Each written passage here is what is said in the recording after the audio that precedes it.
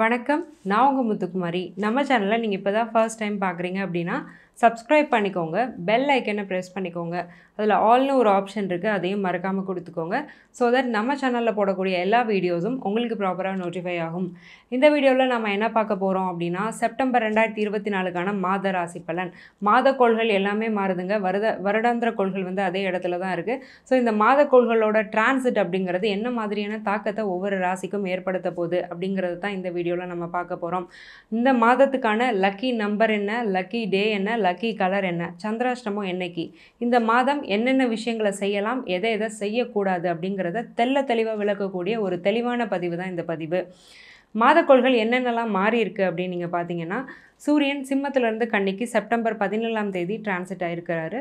கன்னியிலேருந்து துலாமுக்கு சுக்ரன் September 18ஆம் தேதி transit ஆகி துலாமில் சுக்ரன் ஆட்சியும் ஆயிருக்கிறாரு. புதன் சிம்மத்தில் இருக்க, செவ்வாய் மிதுனத்தில் இருக்க, கடகத்தில் சந்திரன் இருக்க இந்த மாதம் பிறந்திருக்கு.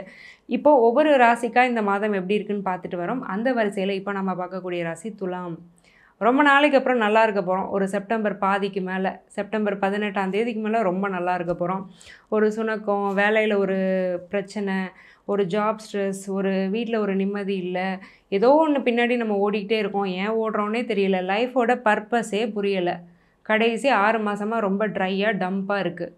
இனிமேல் நல்லா இருக்க போகிறீங்க. செப்டம்பர் 18க்கு மேலே தான் உங்களுக்கு லைஃபே. என்ன காரணம் அப்படின்னா, ராசிநாதன் சுக்கிரன் ராசியிலே ஆட்சி ஆகுறாரு. எப்போ 12 மாதம் கழிச்சு, கிட்டத்தட்ட 1 இயர்க்கு அப்புறம் தான், ஒரு 1 இயர் அண்ட் 1.5 மந்த்ஸ்க்கு அப்புறம் தான் இப்போ வந்து திரும்ப சுக்கிரன் இதே இடத்துக்கு வராரு. சுக்கிரனுடைய இன்னொரு வீடான ரிஷபத்திலையும் குரு இருக்கிறாரு. ஸோ இது பயங்கரமான ஒரு நல்ல அமைப்பு. ஸோ சனியும் 5ஆம் இடத்துல தான் இருக்கிறாரு.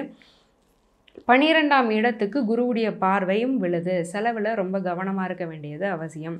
ஒவ்வொரு செக்டாருக்கா எப்படி இருக்க போகுதுன்னு பார்த்துலாம். ஃபஸ்ட்டு பிஸ்னஸ் பீப்புளாக இருக்கீங்கன்னா, 6ஆம் அதிபதி 5ல், ஆன்செஸ்ட்ரல் ப்ராப்பர்ட்டி மூலமாக ஒரு தொழில் செய்கிறீங்க. உங்கள் மூதாதையருக்கு வந்து ஒரு இடம் இருக்குது, அதில் அக்ரிகல்ச்சர் செஞ்சு வந்து ஒரு வேலை பார்த்துட்ருக்கீங்க. இல்லை ஃபேமிலி பிஸ்னஸ் பண்ணுறீங்கன்னா எக்ஸலண்ட். இல்லை ஃபேமிலி பிஸ்னஸ் இதெல்லாம் இல்லை, நானே செல்ஃப் மேடாக ஒரு பிஸ்னஸ் பண்ணுறேன் அப்படின்னா, என்னதான் இருந்தாலும் 6ஆம் இடத்துக்கு 12ல் சனி இருக்கிறதுனால யாரையும் நம்ப வேண்டாம். பிஸ்னஸ் பண்ணுற இடத்துல யாரையும் நம்ப வேண்டாம். குறிப்பாக உங்கள் வேலையாட்கள் மேலே கொஞ்சம் கவனமாக இருங்க. நல்ல வேலை பார்த்த பையன் தான் நான் நம்பி விட்டுட்டு போனேன், பட் இந்த மாதிரி பண்ணியிருக்கான், ஏன்னா கொஞ்சம் ஏமாறுறதுக்கு வாய்ப்பு இருக்குது. என்னதான் இருந்தாலும் சனி தன்னுடைய வீட்டுக்கு பாவத் பாகவப்படி 12ஆம் இடத்துல மறைகிறாரு. அப்போது வேலையாட்கள் மேலே ஒரு கவனம் இருக்கட்டும். என்னதான் நீங்கள் முதலாளியாக இருந்தாலும் கொஞ்சம் நீங்களும் வேலையாள் மாதிரி கொஞ்சம் இறங்கி வேலை செஞ்சீங்க, பிஸ்னஸை கொஞ்சம் கவனமாக நூதனமாக கொண்டு போனீங்கன்னா சக்ஸஸ் உண்டு. கவனமாக தான் இருக்கணும். இங்கே எதுவும் சறுக்கிட்டு போகிறதில்ல. சில விஷயங்களில் கவனம் தேவை. சரி, வேலை எப்படி இருக்க போகுது? கடுமையான மன அழுத்தம். 7ல் ராகு, 7ஆம் அதிபதி 8ல் குரு, அஷ்டம குரு 2ஆம் இடத்தை பார்க்குறாரு. ஃபினான்ஷியல் ஸ்டெபிலிட்டி இல்லை, நிறைய செலவாகுது. 12ல் சூரியன் கேது, 6ல் ராகு, பயங்கர ஜாப் ஸ்ட்ரெஸ். இந்த நேரம்லாம் எப்போ மாறும், எப்போ ஒழுங்கான வேலை கிடைக்கும், எப்போ நல்லா இருப்பேன்னா, செப்டம்பர் 18க்கு மேலே கோச்சாரப்படி டைம் நல்லாயிருக்கு, ஜென்ரல் டிரான்சிட் படி டைம் நல்லாயிருக்கு. ஜாதகத்தை பொறுத்து இந்த விஷயம் மாறுபடும். பயப்பட வேண்டாம், ஒன்றும் பயப்பட தேவையில்லை. இவ்வளோ நாள் ஃபேஸ் பண்ண பிரச்சனை என்னதான் இருந்தாலும் ராசிநாதன் ஆட்சி ஆனதுனால வேலையிலும் ஒரு சுமூகம், ஒரு இணக்கமான ஒரு சூழ்நிலை அப்படிங்கிறதெல்லாம் அமையும். செப்டம்பர் ஃபஸ்ட் ஹாஃபுக்கு அப்புறம், அதாவது செப்டம்பர் 15க்கு மேலே நல்லா தான் இருப்பீங்க, ஒன்றும் பிரச்சனை இல்லை. புது வேலை தேடுறீங்க அப்படின்னாலும் செப்டம்பர் பாதிக்கு மேலேயும் அக்டோபர் மந்த்லேயும் வேலையில் நீங்கள் கண்டிப்பாக செலக்ட் ஆகிறதுக்கான பிராப்தம் ரொம்ப ஸ்ட்ராங்காக இருக்குது. சரி, ஓகேங்க. ஹஸ்பண்ட் அண்ட் ஒய்ஃப் எப்படி இருப்போம், எங்களுடைய ரிலேஷன்ஷிப் எப்படி இருக்கும்? கணவனால் லாபம், மனைவியால் லாபம். 7ஆம் அதிபதி 9ல் இருக்கிறதுனால அவங்களால நல்ல லாபம் அப்படிங்கிறது இருக்கும். அவங்க இண்டிவிஜுவலாக நல்லா இருப்பாங்க, அவங்க கரியரில் ரொம்ப நல்லா இருப்பாங்க, அவங்க ஹெல்த் அப்படிங்கிறது ரொம்ப நல்லாயிருக்கும். நல்ல ஒரு புரிதல் அப்படிங்கிறது ஏற்படும். என்னதான் இருந்தாலும் 7ஆம் அதிபதி போய் 9ல் உட்காந்துறாரு. 9 அப்படிங்கிறது ஆழ்ந்த அறிவு அப்படிங்கிறத குறிக்கும். அப்போது என்ன ஒரு எமோஷ்னல் மிஸ் அண்டர்ஸ்டாண்டிங் இருந்தாலும் அதை நீங்கள் அண்டர்ஸ்டாண்ட் பண்ணிக்கக்கூடிய பிராப்தம் அப்படிங்கிறத இந்த பீரியட் கொடுக்கும். சுக்கிரன் வேறு ஆட்சியாக இருக்கிறதுனால நீங்களே கொஞ்சம் ரொமான்டிக்காக மாறுவீங்க. கொஞ்சம் அந்த ரொம்ப வேலைன்னு ஓடிட்டு இருந்த உங்களுக்கு இந்த செப்டம்பர் மாதம் கொஞ்சம் ஃபேமிலி மேலே ஒரு ஆசை, ஒரு இன்ட்ரெஸ்ட் அப்படிங்கிறது கண்டிப்பாக வரும். 12ஆம் இடம் ஸ்ட்ராங்காக இருக்கிறதுனால ட்ராவலும் நிறைய பண்ண போகிறீங்க, அது நல்லாவும் இருக்க போகுது. சரி, சைல்டு பர்த் எப்படி இருக்க போகுது? 5ஆம் இடத்துல சனி, பெண் குழந்தைக்கான யோகம் ரொம்ப ஸ்ட்ராங்காக இருக்குது. ஸோ புத்திர பாக்கியத்தை பற்றி பிரச்சனையே இல்லை. சனி வந்து இங்கே இருக்கிற வரைக்கும் துலாம் ராசிக்காரங்களுக்கு எந்த பிரச்சனையும் இல்லை. சனி வந்து 5ஆம் அதிபதி 5லே ஆட்சியாக இருக்கிறாரு. சனி இருக்கிறாருன்னா சனி ஏதாவது ஒரு கட்டத்தில் இருந்து தான் ஆகணும். துலாமுக்கு சனி ராஜயோகாதிபதி தான், தான் சொந்த வீட்டிலே ஆட்சியாக இருக்கிறது நல்ல விஷயம்தான். ஸோ குழந்தை பிறப்பு புத்திர பாக்கியத்தை பற்றி பிரச்சனை இல்லை. உங்களுடைய குழந்தைங்க இருந்தாலுமே அவங்க நல்லா இருப்பாங்க. ஏன்னா சேட்டை ரொம்ப பண்ணுவாங்க, பிடிவாதம் முரண்டு அப்படிங்கிறது ரொம்ப அதிகமாக இருக்கும். அதெல்லாம் ஒரு குழந்தைத்தனம் தான். அதை நீங்கள் கண்டிக்கலாம். பட் அதை நினச்சி நீங்கள் ஸ்ட்ரெஸ் ஆகிட்டிங்கன்னா அதில் பிரயோஜனம் இல்லை. அது குழந்தைன்னா அப்படி தான் இருக்கும்னு கொஞ்சம் விட்டுருங்க, சரியாயிடும், நல்லா இருப்பாங்க. சரி, ஓகேங்க. ப்ராப்பர்ட்டி வாங்கலாமா? எங்களுக்கு ப்ராப்பர்ட்டி லக் எப்படி இருக்குது அப்படின்னு கேட்டிங்கன்னா, 4ஆம் அதிபதி 5ல் இருக்கிறார் அகைன். தாராளமாக வாங்கலாம். பூமி யோகம், மனை யோகம், பழைய பொருட்கள்.